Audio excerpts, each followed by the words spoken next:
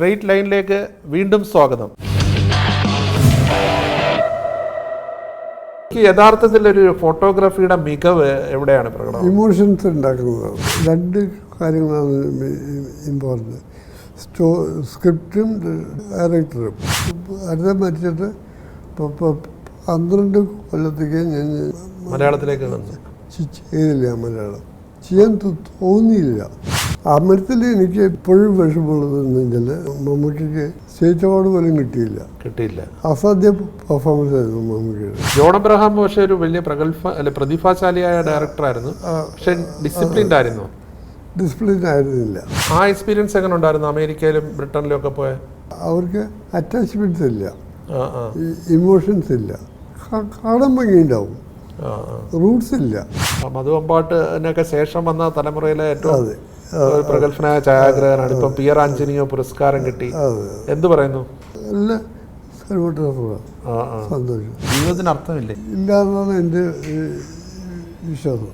അത് വളരെ പ്രസക്തമല്ലേ? നമ്മളിപ്പോൾ ചെയ്യുന്ന വർക്ക്, നമ്മുടെ ജീവിതം, നമ്മുടെ ഒപ്പമുള്ള ആൾക്കാർ ആണോ? അതെല്ലാം റിയൽ അല്ലേ? ആണോ? ഫോട്ടോഗ്രാഫി എടുത്ത് പിന്നീട് ഡയറക്ടർ ആവാം. ഡയറക്ഷൻ എടുത്താൽ പിന്നീട് ഫോട്ടോഗ്രാഫർ പറ്റില്ല. മലയാള സിനിമ ലോകത്തിന് സമ്മാനിച്ച ലെജൻഡറി ഛായാഗ്രാഹകൻ സംവിധായകനുമായ ശ്രീ മധു അമ്പാട്ടാണ് നമ്മുടെ ഇന്നത്തെ അതിഥി. നമസ്കാരം ശ്രീ മധു അമ്പാട്ട്. ഇപ്പം ചലച്ചിത്ര രംഗത്ത് 50 വർഷം പൂർത്തിയാക്കി കേരളത്തിൻ്റെ രാജ്യാന്തര ചലച്ചിത്രോത്സവ വേദിയിൽ ആദരിച്ചു. ലുക്കിംഗ് ബാക്ക്, അല്ലെ തിരിഞ്ഞു നോക്കുമ്പോൾ എന്താണ്? തൃപ്തിയാണോ? ഒറ്റവാക്കിലും ഉത്തരം പറഞ്ഞാൽ അതെ. I am happy with whole journey. ഒരുപാട് സ്ട്രഗിളും ഉണ്ടായിരുന്നു അല്ലേ? സ്ട്രഗിളിൻ്റെ അടുത്ത് ചോദിച്ചാൽ ഞാൻ ഇൻസ്റ്റിറ്റ്യൂട്ടിൽ ഗ്രാജുവേറ്റ് ചെയ്യുമ്പോൾ തന്നെ അതിൻ്റെ സിസ്റ്റർ വിധുബാല വെൽ നോൺ ആയിരുന്നു, വെൽ എസ്റ്റാബ്ലിഷ് ആയിരുന്നു. ആദ്യം അവരെ അറിയപ്പെടുന്ന അതെ 73-ലാണ് അതെ വെളിയിൽ വന്നത്, ഗ്രാജുവേറ്റ് ചെയ്തത്. അപ്പോഴേക്കും എസ്റ്റാബ്ലിഷ് ചെയ്തു വിധു. അതുകൊണ്ട് അങ്ങനത്തെ ഒരു സ്ട്രഗിളില്ല. ഇല്ല. ശരിക്കും സാറിൻ്റെയൊക്കെ അച്ഛൻ ഒരു അറിയപ്പെടുന്ന മജീഷ്യനായിരുന്നു. അന്നേരം ഈ മാജിക് ഒരിക്കലും കുട്ടിക്കാലത്ത് ആകർഷിക്കപ്പെട്ടില്ല? സ്റ്റേജിൽ ഞാൻ റോട്ടറി ക്ലബിൽ, ലയൺസ് ക്ലബിലൊക്കെ കാണിച്ചിട്ടുണ്ട്. അച്ഛൻ്റെ പ്രോഗ്രാമിൽ പങ്കെടുത്തിട്ടുണ്ട്. അതെ, അച്ഛൻ്റെ പങ്കെടുത്തിട്ടുണ്ട്. അതല്ലാതെ തന്നെ സ്വന്തമായിട്ട് തന്നെ കാണിച്ചിട്ടുണ്ട്. മാജിക് പഠിച്ചു. അതെ. അന്ന് വിധുബാലയും അച്ഛനോടൊപ്പം ചില സ്റ്റേജുകളിൽ വരുമായിരുന്നു. അതെ അതെ.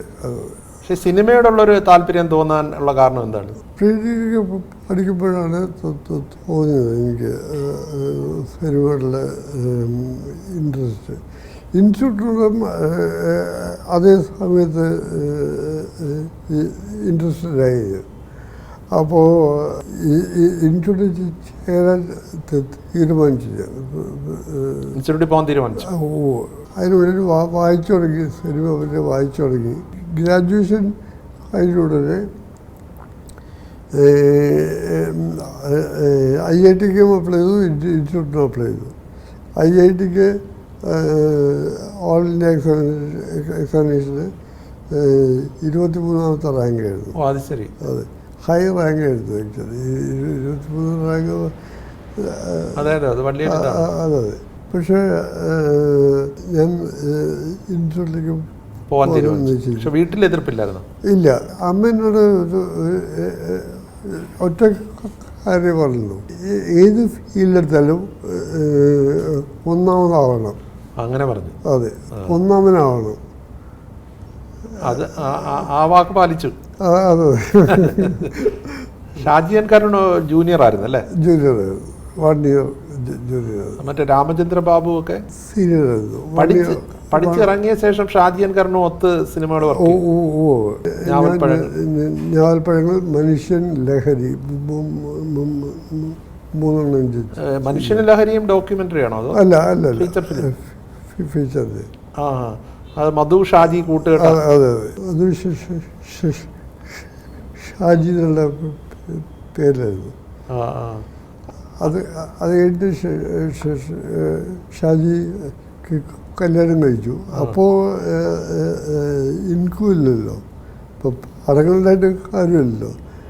അപ്പോൾ കല്യാണം കഴിച്ചപ്പോൾ ഇൻകം വേണമെന്നായി ഷാജിക്ക്. അപ്പോഴാണ് KSFDC തുടങ്ങിയത്. ഷാജി അപ്ലൈ ചെയ്തിട്ട് ജോയിൻ ചെയ്തു. പിന്നെ ഈ ഞാവൽപ്പഴങ്ങൾ ചെയ്യുന്ന അസീസുമായിട്ടുള്ള അടുപ്പമാണോ അതിൻ്റെ ഇതിൽ? അതെ അതിൽ വിധുബാല അഭിനയിച്ചിരുന്നല്ലോ. വിധു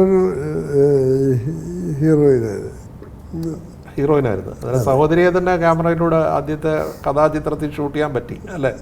ആദ്യത്തെ അല്ല അത് ആക്ച്വലി അല്ല, അതിനു മുൻപ് ഒരു തമിഴിൽ സ്റ്റാർട്ട് ചെയ്തു തോന്നുന്നു. ഫിനിഷായില്ല. അതെ, പൂർത്തിയാക്കിയ ആദ്യ ചിത്രം ഞാവൽപ്പഴമാണോ? അതെ. പിന്നെ അങ്ങോട്ട് തിരക്കുകളായെന്ന് തോന്നുന്നു. അതെ, ലവ് ലെറ്റർ ഡോക്ടർ ബാലകൃഷ്ണൻ്റെ. ഡോക്ടർ ബാലകൃഷ്ണൻ അന്ന് ഒരുപാട് ചിത്രങ്ങൾ എടുക്കുകയും അതെല്ലാം ഒരു സൂപ്പർ ഹിറ്റ്, ഈ ഒരു സോഫ്റ്റ് റൊമാൻസ്, ഇതെല്ലാം കൂടെ തമാശയൊക്കെ കൂടെ ചേർന്ന് ഹ്യൂമർ. അദ്ദേഹത്തിൻ്റെ കൂടെ വർക്ക് ചെയ്യുന്ന എക്സ്പീരിയൻസ് എങ്ങനെയായിരുന്നു? നന്നായിരുന്നു. അതെല്ലാം ഏറെക്കുറെ കമേഴ്ഷ്യൽ സക്സസ്സും ആയിരുന്നു ആ സിനിമകൾ. അതെ അല്ലേ? അതെ, ലവ് ലെറ്ററൊക്കെ ഹിറ്റ് തന്നെയായിരുന്നു. പ്രേംനസീറിൻ്റെ പടങ്ങളും ഷൂട്ട് ചെയ്തില്ലേ? പ്രേംനസീറിൻ്റെ പിന്നെ ഒഴിവുകാലം, ഭരതന്റെ ഒഴിവുകാലമാണ്. അന്ന് ഈ ഡോക്ടർ ബാലകൃഷ്ണൻ നസീറിനെ വെച്ചൊക്കെ സിനിമ എടുക്കുമായിരുന്നു.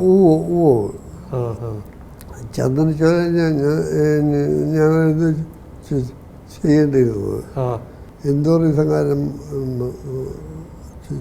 ചെയ്തില്ല. ഓ അത് ശരി, മാറിപ്പോയി.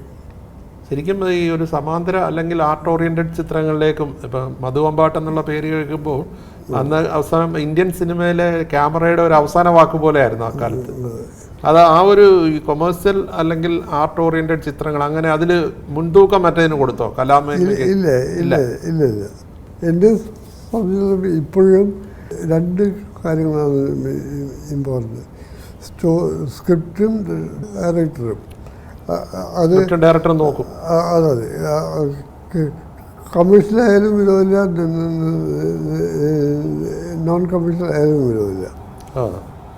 അതെ, കഥ ഈ സ്ക്രിപ്റ്റ് നോക്കുമ്പോൾ അതിൻ്റെ ഒരു കലാമൂല്യം നോക്കുമോ?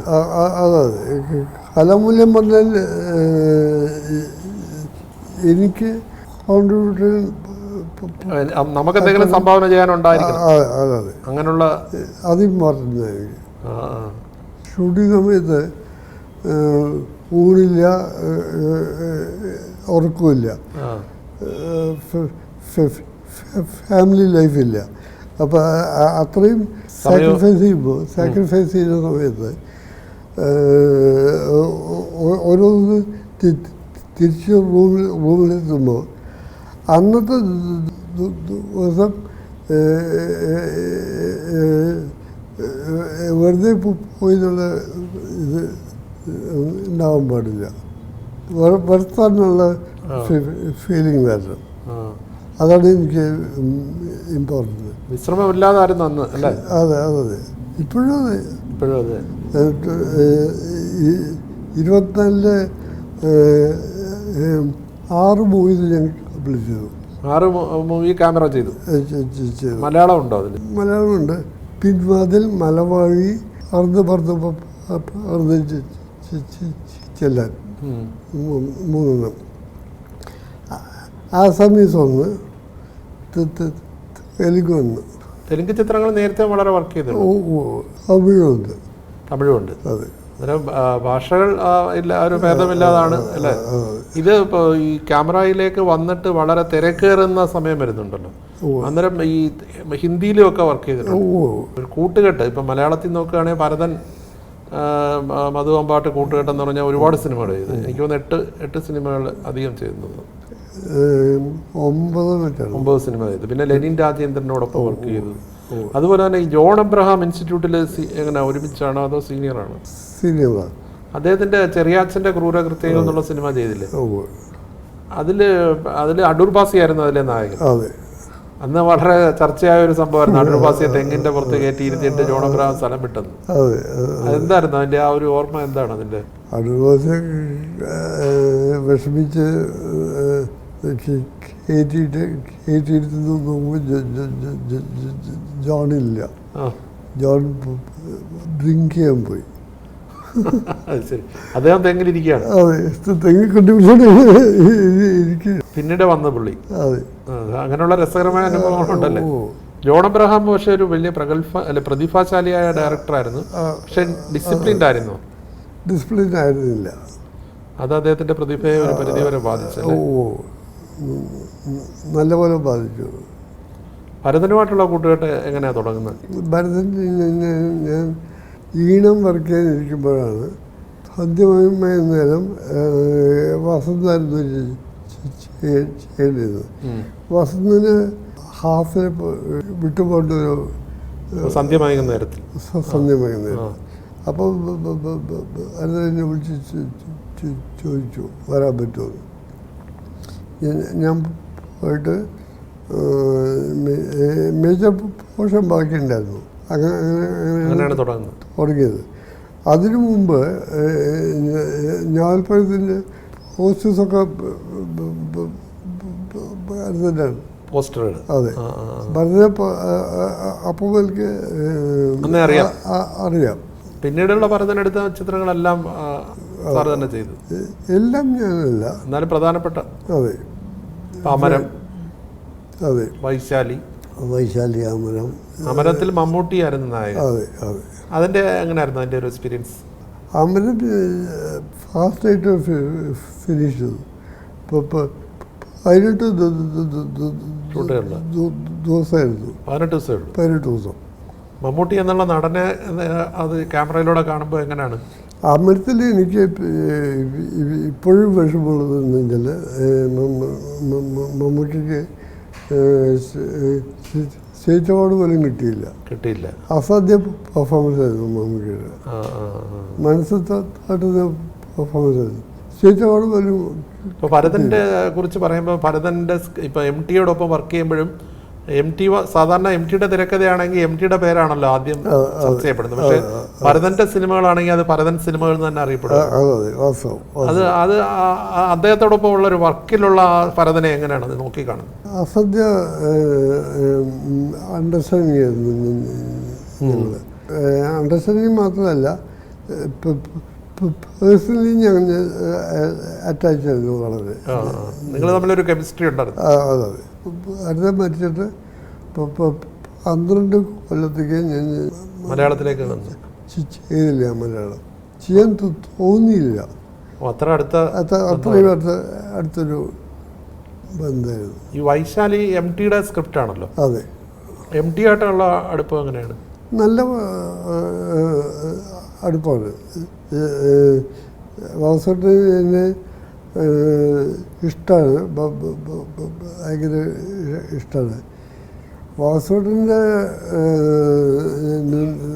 നോവലൊക്കെ വായിച്ചിട്ടാണ് ഞാനും എഴുത്തുണ്ട്. എനിക്ക് തുടങ്ങുന്നത് അങ്ങനെയാണ്. ഈ സിനിമ ചിത്രീകരണ രംഗത്തെ അവിടെ എല്ലാം വൈശാലിയിൽ MT എത്തിയിരുന്നു തോന്നുന്നു. വാസോട്ടൻ ഒന്നിച്ചിട്ട് ഉണ്ടായിരുന്നു. MT ഭരതൻ കൂട്ടുകെട്ടും അത് ഒരു നല്ല ഇതായിരുന്നല്ലോ. ലെനിൻ രാജേന്ദ്രനുമായിട്ട് അതുപോലെ നല്ല അടുപ്പമായിരുന്നില്ലേ? അദ്ദേഹത്തിന്റെ ചിത്രങ്ങളെ വർക്ക് ചെയ്ത എക്സ്പീരിയൻസ് എങ്ങനെയായിരുന്നു? നല്ല എക്സ്പീരിയൻസ് ആയിരുന്നു. കുലമൊക്കെ വർക്ക് ചെയ്തില്ലേ? ദൈവത്തിന്റെ വികൃതികൾ. അത് കുലം. അതുപോലെ തന്നെ മകരമഞ്ഞെന്നുള്ള മകരമഞ്ഞില് സന്തോഷ് ശിവനായിരുന്നു അതില് രാജാ രവിവർമ്മയെ അവതരിപ്പിച്ചത്. സന്തോഷിനെ ഷൂട്ട് ചെയ്യപ്പോൾ എങ്ങനെ ഉണ്ടായിരുന്നു സന്തോഷിന്റെ അഭിനയം? സന്തോഷിനെ എനിക്ക് കുട്ടിക്കാലം തൊട്ടേ അറിയാം. അപ്പോൾ സന്തോഷിന്റെ അച്ഛൻ ശിവൻചേട്ടൻ. അതെ, ശിവൻചേട്ടനോട് അടുപ്പമുണ്ടായിരുന്നു. അടുപ്പമുണ്ടായിരുന്നു, നല്ല അടുപ്പം. അപ്പോൾ സന്തോഷിനെ കുട്ടിക്കാലം തൊട്ട് തന്നെ അറിയാം. അപ്പോൾ എൻജോയ് ചെയ്തു ഞങ്ങൾ രണ്ടുപേരും വർക്കിംഗ് ടുഗദർ. രാജാ രവിവർമ്മയായിട്ട് അദ്ദേഹം നന്നായിട്ട് പെർഫോം ചെയ്തു അല്ലേ? അതെ. സന്തോഷ് ശിവൻ ഇപ്പം മധു അമ്പാട്ടിനൊക്കെ ശേഷം വന്ന തലമുറയിലെ ഏറ്റവും ഒരു പ്രഗത്ഭനായ ഛായാഗ്രഹനാണ്. ഇപ്പം പി ആർ ആഞ്ജനിയോ പുരസ്കാരം കിട്ടി. എന്തു പറയുന്നു? സന്തോഷം. ഇപ്പൊ ഈ രംഗത്ത് ഒരുപാട് മലയാളികൾ സിനിമറ്റോഗ്രാഫിയിൽ അല്ലേ? ഇന്ത്യ തന്നെ ഡോമിനേറ്റ് ചെയ്യുന്നത് മലയാളീസാണ്. ടെക്നീഷ്യന്മാർ പൊതുവെ അല്ലേ? ക്യാമറമാർ പേരെടുത്ത് പറയാൻ രവിവർമ്മൻ, സന്തോഷ്, വേണു, രവി കെ ചന്ദ്രൻ, ഒരുപാട് പേരുണ്ട്. തൊട്ട് പിന്നാലെ വേണുവൊക്കെ പിന്നീട് സാറിൻ്റെയൊക്കെ തൊട്ട് പിന്നാലെ വരികയാണല്ലോ. അങ്ങനെ ഒരുപാട് ക്യാമറമാന്മാർ ഇന്ത്യൻ സിനിമയിൽ ഒരു മലയാളികൾ വ്യക്തിമുദ്ര പതിപ്പിച്ച് അല്ലേ? ഇപ്പം ബ്ലാക്ക് ആൻഡ് വൈറ്റിലാണോ സാറൊക്കെ വർക്ക് ചെയ്ത് തുടങ്ങുന്ന? ആദ്യം അതിൽ നിന്നുള്ളൊരു മാറ്റം എങ്ങനെയായിരുന്നു? അത് കളറിലായിരുന്നു ആക്ച്വലി. ഞാൻ ആദ്യം ചെയ്ത കളർ ഫിലിം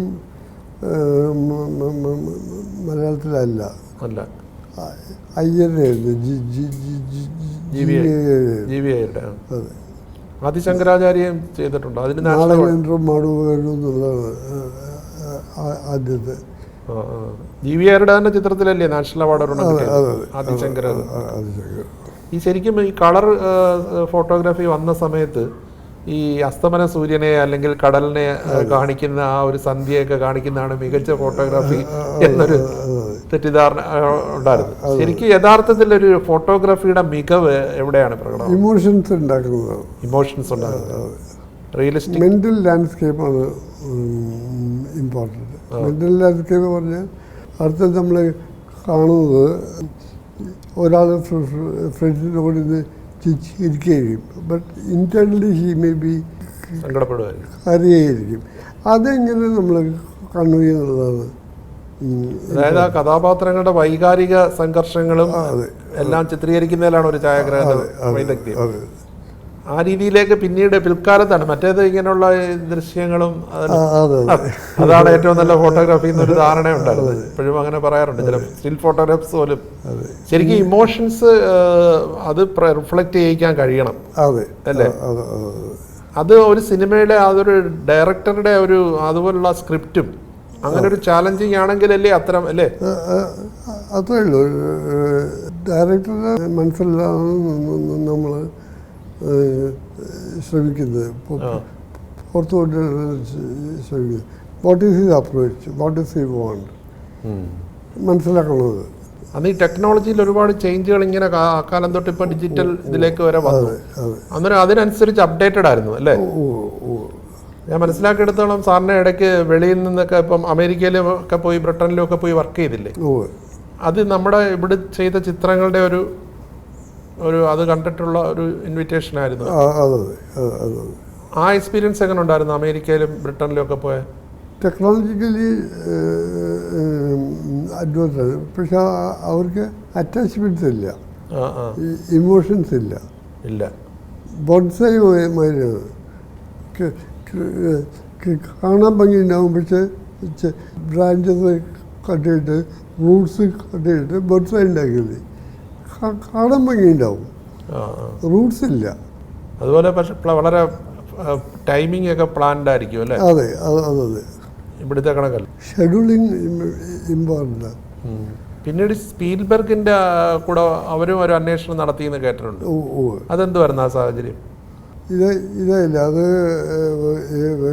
വർക്കൗട്ടായില്ല. അതിനുവേണ്ടി ഒപ്പം വർക്ക് ചെയ്യാനുള്ളൊരു ഇല്ല വർക്കൗട്ടായില്ല. മനോജ് നൈറ്റ് ശ്യാമളന്റെ വർക്ക് ചെയ്തു കണ്ടിട്ടായിരിക്കും എൻക്വയറി ചെയ്തത്. മനോജ് നൈറ്റ് ശ്യാമളന്റെ സിനിമ വർക്ക് ചെയ്തതിന്റെ പശ്ചാത്തലത്തിലാണ് മനോജ് നൈറ്റ് ശ്യാമളനുമായിട്ടുള്ള എങ്ങനെയാണ് ആ അടുപ്പം? മനോജ് എന്നെ അപ്രോച്ച് ചെയ്തു. വൈശാലിയും അഞ്ജലിയൊക്കെ കണ്ടിട്ട് എന്നെ അപ്രോച്ച് ചെയ്തു. അങ്ങനെയാണ് അദ്ദേഹത്തോടൊപ്പം ഉള്ള വർക്ക്. അദ്ദേഹം ഒരു ഇന്റർനാഷണലി റിനൗണ്ട് ആയിട്ട് ഹാർഡ് വർക്കിംഗ് ആണ്. അപ്പം തന്നെ എനിക്ക് അറിയാമായിരുന്നു റീച്ച് ഹൈറ്റ്സ് ഉള്ളത്. ആ ഒന്നിലധികം സിനിമ വർക്ക് ചെയ്തില്ലേ? രണ്ടെണ്ണം ചെയ്തു. ഓ ശരി. മണിരത്നത്തിന്റെ അഞ്ജലി ചെയ്തായിരുന്നല്ലോ. ആ മണിരത്നം ഒരു നല്ലൊരു ഡയറക്ടറാണല്ലോ. അദ്ദേഹത്തോടൊപ്പം വർക്ക് ചെയ്ത എക്സ്പീരിയൻസ് എങ്ങനെയാണ്? എൻജോയ് ചെയ്ത വർക്കാണ് ആക്ച്വലി. മലയാള സിനിമ ഈ അന്നത്തെ ഇപ്പോൾ ലവ് ലെറ്റർ, ഡോക്ടർ ബാലകൃഷ്ണൻ്റെ അന്നത്തെ സിനിമകൾ അല്ലെ ആ കാലഘട്ടത്തിൽ നിന്ന് ഇങ്ങോട്ട് നോക്കുമ്പോൾ മലയാള സിനിമയിലുള്ള മാറ്റം എന്താണ്? വലിയ ആശയങ്ങൾ മാറി, അപ്രോച്ചസ് മാറി, മേക്കിംഗ് മാറി, നല്ല ഒരുപാട് പേരുണ്ട് ഉണ്ട്. ഈ ഡിജിറ്റൽ ഫിലിം മേക്കിംഗ് വളരെയധികം ഒരുപാട് ആൾക്കാർ ഈ രംഗത്തേക്ക് അതെ വരാനിടയാക്കി അല്ലേ? അതെ. പണ്ട് ഈ സിനിമയ്ക്ക് ഫിലിം റോള് അത് തന്നെ അല്ലേ? ഫിലിം റോള് തന്നെ അത് ഒരുപാട് ഫിലിം കളയരുതെന്നൊക്കെ പറഞ്ഞ് അന്ന് എങ്ങനെയായിരുന്നു അതൊക്കെ നിയന്ത്രിച്ചിരുന്നത്? ഓല എന്നാണ് വിളിക്കാറ്. ഓല ഓടുന്നു പറയുന്നത്. ശരി. റോൾസിന് അത് അന്ന് വളരെ സൂക്ഷിച്ചാണ് ചെയ്യുന്നത് അല്ലേ? എഴുതും. അബു എഴുതില്ല ആദ്യത്തെ ആദാമിന്റെ മകൻ നാഷണൽ അവാർഡ് കിട്ടി. നാഷണൽ അവാർഡ് കിട്ടി. National award. വേറൊരെണ്ണം ശൃംഗാരം. മൂന്ന് ലാംഗ്വേജിലായിരുന്നു അല്ലേ? അതെ. സംസ്കൃത, തമിഴ്, മലയാളം. സലീം അഹമ്മദിന്റെ എല്ലാ സിനിമകളിലും ഇപ്പോൾ ക്യാമറ വർക്ക് ചെയ്തു. ആ ഒരു ടീം അങ്ങനെ ഉണ്ട്. സലീമിന് ഞാനെപ്പോഴും പറയാറുള്ളത് രണ്ട് ദേഹവും ഒരു ഒറ്റ മനസ്സ് വന്ന് പറയാറുള്ളത്. രണ്ടുപേരെയും ആലോചിക്കുന്ന ഇത് ഒരേ മാതിരിയാണ്. അദ്ദേഹത്തോടൊപ്പം വർക്ക് ചെയ്യുന്ന വളരെ ഇതാണ്. അതെ. ഇപ്പോൾ പുതിയ ചിത്രം പ്ലാൻ ചെയ്തിട്ടുണ്ടോ? സ്ക്രിപ്റ്റ് എഴുതിക്കൊണ്ടിരിക്കുകയാണ് സലീം സാർ. പിന്നീട് ഡയറക്ഷനിലേക്ക് മാറിയായിരുന്നല്ലോ. മാറിയതല്ല, ചെയ്തു. അല്ല, മാറിയിട്ടില്ല, ക്യാമറ ഉണ്ട്. അതെ. അല്ല, അങ്ങനെ അതിലേക്ക് വരണമെന്നുള്ളൊരു താല്പര്യമായിരുന്നോ? ഡയറക്ഷന് ഞാൻ അപ്ലൈ ചെയ്തിരുന്നു. ആക്ച്വലി പൂനെയിൽ ഇന്റർവ്യൂവിൽ അപ്ലൈ ചെയ്തപ്പോൾ ഡയറക്ഷനും ഫോട്ടോഗ്രാഫിക്കും അപ്ലൈ ചെയ്തു. രണ്ടിനും കിട്ടി. അപ്പോൾ ഇന്റർവ്യൂവിലുള്ള ഫ്രണ്ട് പറഞ്ഞു, ഫോട്ടോഗ്രാഫി എടുത്ത് കഴിഞ്ഞാൽ പിന്നീട് ഡയറക്ടർ ആവാം, ഡയറക്ഷൻ എടുത്താൽ പിന്നീട് ഫോട്ടോഗ്രാഫർ പറ്റില്ല. ഷാജിയൻ കരുൺ ഒരു അഭിമുഖത്തിൽ പറഞ്ഞത്, ആദ്യം ഇൻസ്റ്റിറ്റ്യൂട്ടിൽ പോയത് ഈ സിനിമയെല്ലാം കണ്ടപ്പോൾ അതിന്റെ മാസ്റ്റർ സിനിമറ്റോഗ്രാഫർ ആയിരിക്കുമെന്നാണ് കരുതിയത്. പക്ഷെ അവിടെ ചെന്ന് സിനിമ കണ്ടപ്പോൾ സെക്കൻഡ് ലെഫ്റ്റനന്റ് ആണ് ഈ സിനിമറ്റോഗ്രാഫർ എന്ന് മനസ്സിലായി. അങ്ങനെയാണ് പിന്നീട് ഡയറക്ഷനിലേക്ക് മാറിയത്. അന്നേരം ഈ 3 ചിത്രങ്ങൾ എടുത്തല്ലോ അല്ലേ? ആദ്യത്തേത് ഒന്നേ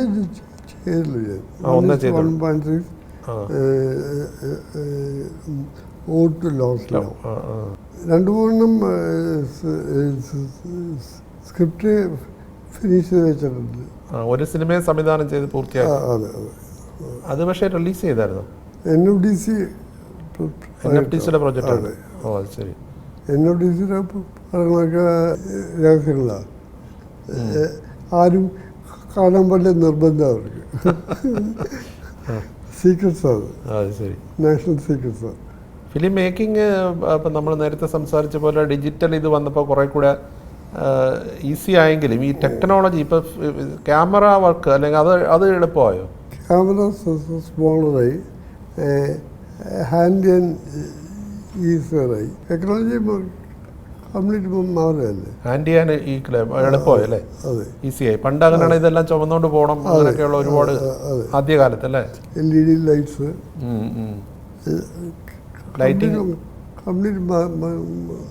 ലൈറ്റിംഗ് ഒക്കെ എളുപ്പമായോ? ഈ നാച്ചുറൽ ലൈറ്റ് എന്ന് പറയുന്ന അതല്ലേ കൂടുതൽ ഉപയോഗിക്കാൻ നോക്കാറുണ്ടായിരുന്നു? എങ്ങനെ? അല്ല, നാച്ചുറൽ ലൈറ്റിന് എൻഹാൻസ് ചെയ്യും. ലൈറ്റപ്പ് ചെയ്ത് എൻഹാൻസ് ചെയ്യും. അറിയാൻ പാടില്ല. നാച്ചുറൽ ലൈറ്റ്സ് മാതിരി തോന്നണം. ശരിക്കും ഒരു സിനിമറ്റോഗ്രാഫറുടെ ബ്രില്യൻസ്, ഇപ്പം ടെക്നോളജി ഒരുപാട് ഇമ്പ്രൂവ് ചെയ്ത് പല കാര്യങ്ങളും വളരെ ഹാൻഡിയായി ഈസിയായി എളുപ്പം കൈകാര്യം ചെയ്യാൻ പറ്റും. അന്നേരം ഒരു സിനിമറ്റോഗ്രാഫറുടെ ബ്രില്യൻസ് എവിടെയാണ്? അന്നേരം ലൈറ്റിങ്ങിലാണ്. ഇപ്പോൾ ചിത്രീകരണത്തിൽ ചെറിയ സംശയങ്ങൾ ചോദിക്കുകയാണ്. ഇപ്പോൾ രാത്രി ഷൂട്ടിങ് അല്ലെ, പണ്ടൊക്കെ പറയുമായിരുന്നു ലൈറ്റ് പോയി ഇനിയിപ്പോൾ ഇനി ഷൂട്ടിങ് വേണ്ട, സൂര്യൻ അസ്തമിച്ചു എന്നൊക്കെ പറയും. ആ ഒരു അവസ്ഥ ഇപ്പോൾ ഉണ്ടോ? ഒറിജിനൽ ലൈറ്റ് പ്രധാനം തന്നെയാണ്, അതെ പ്രകൃതിദത്തമായ നാച്ചുറൽ ലൈറ്റ്. അതെ. രാത്രി ഡേയാക്കാൻ വിഷമമാണ് ഔട്ട്ഡോറിൽ. Reverse is possible. രാത്രിയാക്കാം. അതെ, രാത്രിയാക്കാം. ഈ ഡേയാക്കാൻ വിഷമമാണ്. ഡേയാക്കാൻ പറ്റില്ല. അതെ. ഈ ആദിശങ്കരാചാര്യർ എന്നുള്ള സിനിമ ചെയ്യുമ്പോൾ അതിൻ്റെ ഒരു പ്രത്യേകത എന്താ? അതിന് നാഷണൽ അവാർഡ് കിട്ടിയല്ലോ. അതെ. അതിലേത് ഘടകങ്ങളായിരിക്കും അതിൽ പ്രധാനമായിട്ടെന്ന്? ഫിലോസോഫിക്കൽ ഔട്ട്ലുക്ക് തന്നെയായിരിക്കും. Philosophical outlook. ഞാൻ ബേസിക്കലി ഫിലോസഫിയെ കൂടെ താല്പര്യമുള്ളതാണ്. അപ്പോൾ ഫിലോസഫി വായിക്കുമായിരുന്നു. അതൊരു ഛായാഗ്രാഹകനെ ഒരു എക്വിപ്ഡ് ആക്കുന്നത് ഇത്തരം വായനയും എല്ലാം കൂടെ ചേർന്നാണ് അല്ലേ? ഞാനിപ്പോഴും എത്ര ലേറ്റ് ആയാലും എത്ര ടയർഡായാലും ഹാഫ് ആൻ അവറിലും വായിക്കും ഡെയിലി. ഉറങ്ങുന്നതിന് മുമ്പ് ഹാഫ് ആൻ അവറിലും. അതുപോലെ പ്രകൃതിയെ നിരീക്ഷിക്കുകയും ചെയ്യും. ഒബ്സർവേഷൻ ബേസിക്കാണ്. ഒബ്സർവേഷൻ ഉണ്ട്. വണ്ടിയിലിരിക്കുമ്പോൾ പിന്നോർത്തിരിക്കാൻ പറ്റില്ല. വിഷൻ ഇമ്പോർട്ടൻ്റാണ്. ഹോട്ടലിൽ പോയാലും ഞാൻ എപ്പോഴും ഇരിക്കുന്നത് എല്ലാം കാണുന്ന വിധത്തിലേ ഇരിക്കുള്ളൂ. സിനിമാറ്റോഗ്രാഫർ എന്നുള്ള നിലയിൽ ഇപ്പോൾ വിദേശത്തുമൊക്കെ വർക്ക് ചെയ്തു, ഇന്ത്യയിൽ പല മേഖലകളിലും വർക്ക് ചെയ്തു. ഒരു കേരളത്തിൻ്റെ ഒരു പ്രകൃതി അത് എത്രമാത്രം ആകർഷിച്ചിട്ടുണ്ട്? ഇപ്പോൾ ഓരോ സ്ഥലത്ത് ചെല്ലുമ്പോഴും നമ്മുടെ കേരളത്തിൻ്റെ ഒരു പ്രകൃതി ഉണ്ടല്ലോ, പ്രകൃതി ഭംഗി, അത് ഏതാണ് ഏറ്റവും നല്ലത്? ഇവിടാണോ അതോ പുറത്താണോ? ഭംഗി എന്ന് പറഞ്ഞു കഴിഞ്ഞാൽ പുറത്താണ്. സ്വിറ്റ്സർലൻഡൊക്കെ ബ്യൂട്ടിഫുള്ളാണ്. ന്യൂസിലൻഡ്, സ്വിറ്റ്സർലൻഡൊക്കെ ബ്യൂട്ടിഫുള്ളാണ്. Landscape is excellent. കേരളത്തിൻ്റെ ഒരു പ്രത്യേകതയായിട്ട് തോന്നിയത് എന്താണ്? കേരളത്തിൽ ഇപ്പോൾ ഗ്രീനില്ലാത്ത സ്ഥലമില്ലല്ലോ കേരളത്തിൽ. അതെ അതെ, അതൊരു വലിയ ആകർഷണമാണ്. അതെ അതെ. ഇപ്പോൾ ഫിലോസഫിയെ കുറിച്ച് പറഞ്ഞല്ലോ, അന്നേരം ഈ ഇപ്പം ഞാൻ വായിച്ചത് ഈ ചില ബുക്കുകളുടെ പേര് ഡെത്ത് വിഷ് അല്ലെ മധു അമ്പാട്ട്, മധു അമ്പാട്ട് അങ്ങനെ ഒരു ബുക്ക് എഴുതിയതാണോ? അങ്ങനെ ഒരു ബുക്ക് എഴുതിയത് അതെന്താ അങ്ങനെ ഒരു ബുക്ക് എഴുതിയത്? എന്താണ് അതിൻ്റെ കണ്ടന്റ്? അത് റിയാലിറ്റിയാണ് ക്വസ്റ്റ്യൻ. നമ്മളൊരു സ്ക്രിപ്റ്റ് എഴുതുമ്പോൾ ഒരു വേൾഡ് നമ്മൾ ഉണ്ടാക്കുകയാണ്.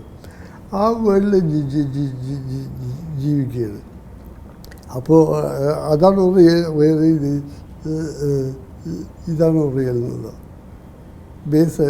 അതായത് നമ്മൾ സ്ക്രിപ്റ്റ് എഴുതുമ്പോൾ ആ സ്ക്രിപ്റ്റ് ഉണ്ടാക്കുന്ന ഒരു കഥാപ്രപഞ്ചം അതിൽ ജീവിക്കുകയാണ്. അതെ. അത് റിയൽ ആണോ എന്നുള്ള, അതാണോ റിയൽ, ഇതാണോ എന്നുള്ളത്. ലൈഫല്ലേ റിയൽ? റിയൽ മറ്റേത് റിയൽ ലൈഫല്ലേ? പറയാൻ പറ്റില്ല. മധു അമ്പാട്ട് അതിന് അങ്ങനെ എഴുതാൻ കാരണം എന്ത്? ആദിശങ്കരൻ പറയുന്നത് അതാണല്ലോ, ഈ കാണുന്നൊന്നും റിയൽ അല്ലല്ലോ, എല്ലാം മായയാണ്. സറിയലായിപ്പോ സറിയലാണ് പുസ്തകം, പേരും സറിയലായി കൊണ്ടുപോയി ചെയ്യും. അങ്ങനെ മരണത്തെ കുറിച്ച് അങ്ങനെ ചിന്തിക്കാറുണ്ടോ? അല്ല, ഈ ഫിലോസഫി ചിലത് പറയുന്നുണ്ട് ജീവിതം നിരർത്ഥകമാണെന്ന് പറയും. അങ്ങനെ അത് ശരിയാണോ? ജീവിതത്തിന് അർത്ഥമില്ലേ? ഇല്ല എന്നാണ് എൻ്റെ വിശ്വാസം. എക്സിസ്റ്റൻസിന് അർത്ഥമില്ലാണല്ലോ.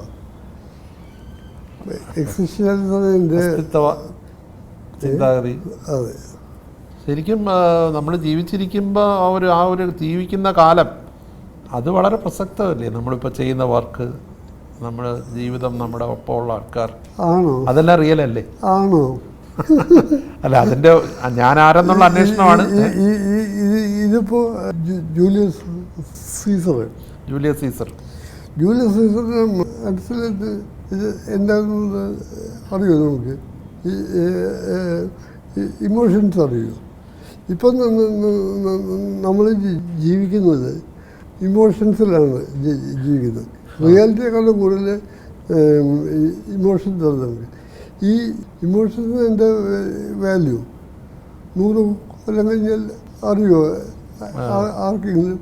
അത് താൽക്കാലികമാണ്. ഇമോഷൻസിൻ്റെ വാല്യൂ പക്ഷെ ഒരു മാർക്ക് അല്ലെങ്കിൽ ഒരു മനുഷ്യനിവിടെ ജീവിച്ചിരുന്നു എന്നുള്ളതിൻ്റെ ഒരു മാർക്ക് അന്നേരം എന്താണ്? ഇപ്പം ജൂലിയസ് സീസറിനെ തന്നെ നമ്മൾ ഇപ്പോഴും പറയുന്നു ഇത്രയോ കാലങ്ങൾക്ക് ശേഷം. ആക്ടിവിറ്റീസിനെ പറയാം നമുക്ക്. ബട്ട് ജൂലിയസ് സീസറിന് ആളെ പറ്റി നമുക്ക് അറിയില്ല. ആദിശങ്കര അറിയില്ല നമുക്ക്. അപ്പോൾ അതിൽ റിയാലിറ്റി ഇല്ല. എന്തൊക്കെയോ നമ്മൾ കാണിച്ചു കൂട്ടുന്നു. റിയലിസ്റ്റിക് ഫിലിം എന്ന് പറയുമ്പോൾ എന്താണ് ഉദ്ദേശിക്കുന്നത്? റിയലിസ്റ്റിക് ഫിലിം എന്ന് പറഞ്ഞാൽ റിയാലിസത്തിൻ്റെ റിയാലിറ്റിയെ ദൃശ്യവൽക്കരിക്കുന്ന റിയാലിറ്റിയുടെ ഇൻ്റർപ്രിറ്റേഷൻ ഇൻ്റർപ്രിറ്റേഷനാണ് എല്ലാം. ഒരേ ഇൻസിഡൻറ്റ്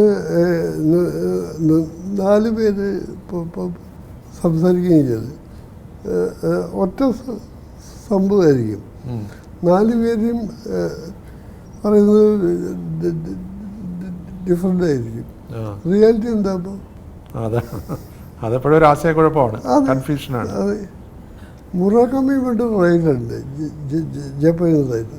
മുറാക്കാമിയുടെ തോട്ടാണ് ആക്ച്വലി ഭയങ്കരമായിട്ട് ഇൻഫ്ലുവൻസ് ചെയ്തത്. പാരലൽ റിയാലിറ്റി എന്ന് പറയും. പാരലൽ റിയാലിറ്റി മുറഗാമി പറയും. മുറഗാമിയുടെ മിറർ നോക്കുമ്പോൾ നമ്മളെ കാണുന്നത് റിഫ്ലക്ഷനാണോ എന്നെങ്കിൽ എങ്ങനെ ഇപ്പം അറിയാൻ പറ്റും? വേറൊരു വേൾഡ്. ക്യാമറയുടെ വ്യൂ ഫൈൻഡറിലൂടെ നോക്കുമ്പോൾ എന്താണ് മനസ്സിലേക്ക് കടന്നു വരുന്നത്? ഈ വെറും വിഷ്വൽസ് അല്ലാതെ വികാരങ്ങളും എല്ലാം ഇമോഷൻസ് ബേസിക്കലി ഇമോഷൻസ് ആണ്. എല്ലാ ടെക്നോളജിയും അവസാനം എത്തുന്നത് ഇമോഷൻസ്. AI വന്നാലും ആ ഇമോഷൻസിനെ ഡിഫൈൻ ചെയ്യാൻ AIക്കും പറ്റുമെന്ന് തോന്നുന്നു. മനുഷ്യന് മാത്രമേ പറ്റുന്നുള്ളൂ അല്ലേ? ശരിക്കും ക്രിയേറ്റിവിറ്റി ഇമോഷൻസ് തന്നെയാണ്. മനുഷ്യന്റെ ക്രിയേറ്റിവിറ്റിയാണ് ഏറ്റവും പ്രധാനം. അതെ. ഇപ്പം ഈ വ്യൂ ഫൈൻഡറിൻ്റെ കാര്യം പറയാം. അതിലൂടെ നോക്കുമ്പോൾ ഒരു ആക്ടർ അല്ലെങ്കിൽ ആക്ട്രസ് അവരുടെ അഭിനയം നല്ലതാണോ മോശമാണോ എന്ന് പെട്ടെന്ന് മനസ്സിലാവും. നോക്കാറില്ല. ഷോട്ട് എടുക്കുന്ന സമയത്ത് ലൈറ്റും ഫ്രെയിമിങ്ങും മാത്രമേ മനസ്സിലുണ്ടാവുള്ളൂ. ആക്ടർ അഭിനയിക്കുക എന്നുള്ള ഇതുണ്ടല്ലോ, അത് നല്ലതാണോ മോശമാണോ എന്നുള്ള പെട്ടെന്ന് തിരിച്ചറിയത്തില്ലേ ബൈ എക്സ്പീരിയൻസ്? അങ്ങനെ വിസ്മയിപ്പിച്ചിട്ടുള്ള ആർട്ടിസ്റ്റുകളുണ്ടോ? ഉണ്ട്. ആ പെൺകുട്ടിയില്ലേ, ആ കുട്ടിയൊരു വല്ലാത്ത ആക്ട്രസ്സാണ്. സാറിൻ്റെ കൂടെ വന്ന പേര് മിഹിര. അത് ശരി. സിനിമയിലൊക്കെ അഭിനയിച്ചു. വല്ലാത്ത ആക്ട്രസ്സാണ്. അത് ശരി. സ്മിത പട്ടേൽ ലെവലിലൊരു. സ്മിതയുടെ ഏത് ലാംഗ്വേജിലാണ് അഭിനയിക്കുന്നത്? പിൻവാതിൽ അഭിനയിച്ചു. ശരി. ആൺകുട്ടിയായിട്ട് ആക്ട് ചെയ്തു. ആൺകുട്ടിയായിട്ട് അഭിനയിച്ചു. ആൺകുട്ടിയാവുന്ന ഒരു റോളുണ്ട്. അതിന് വേണ്ടിയിട്ട് ഹെയർ എടുത്തതാണ്. അത് ശരി. ബ്രില്യൻ്റ് ആയിട്ടുള്ള ആക്ടേഴ്സ് വരുന്നു അല്ലേ? അതെ, ബ്രില്യൻ്റ് ആക്ടേഴ്സാണ്. എൻ്റെ എല്ലാ സ്ക്രിപ്റ്റും ആ കുട്ടിയെ അനുസരിച്ചിട്ടാണ് എഴുതിയത്. എല്ലാം അടുത്ത ഇനി ഒരു സ്വന്തം ചിത്രം സംവിധാനം ചെയ്യുന്നുണ്ടെങ്കിൽ അത് ഏതായിരിക്കും? ഡെത്ത് വിഷ ആണ്. അത് ആത്മകഥാംശമുള്ളതാണോ? അല്ല. മറ്റുള്ളവരുടെ മരണചിന്തകളാണ്? അങ്ങനെയല്ല. കന്യാസ്ത്രീയുടെ സ്റ്റോറിയാണ്. കന്യാസ്ത്രീയാണ് ബേസിക്കായിട്ട്. ഹസ്ബൻഡിന് ലവറുള്ള ഒരു കന്യാസ്ത്രീ. ഹസ്ബൻഡും ലവറും ഉള്ള കന്യാസ്ത്രീ. കന്യാസ്ത്രീകളെ പൊതുവെ കല്യാണം കഴിക്കാറില്ലല്ലോ. അതെ, ഇത്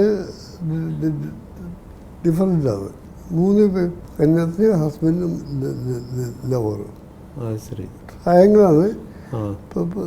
പക്ഷെ ഡിഫറെൻ്റ് ആയിട്ടുള്ള ട്രയാങ്കിളാണ്. അതായിരിക്കും ഇനിയിപ്പോൾ അടുത്ത് ചെയ്യാൻ ചെയ്യുന്നുണ്ട്. അതോ അല്ലെങ്കിൽ ഇന്നലകളില്ലാത്തവർ സ്ക്രിപ്റ്റ് ചെയ്തു. ഇന്നലകളില്ലാത്തവർ. അതെ, അതാണ് ചെയ്യുന്നത്. മലയാളത്തിലായിരിക്കും. അതെ. ഇത് ഡെത്ത് വിഷ മലയാളത്തിലായിരിക്കും. അപ്പോൾ ഇത്രയും നേരം സംസാരിച്ചതിൽ വളരെ നന്ദി. എല്ലാ ആശംസകളും. Thank you.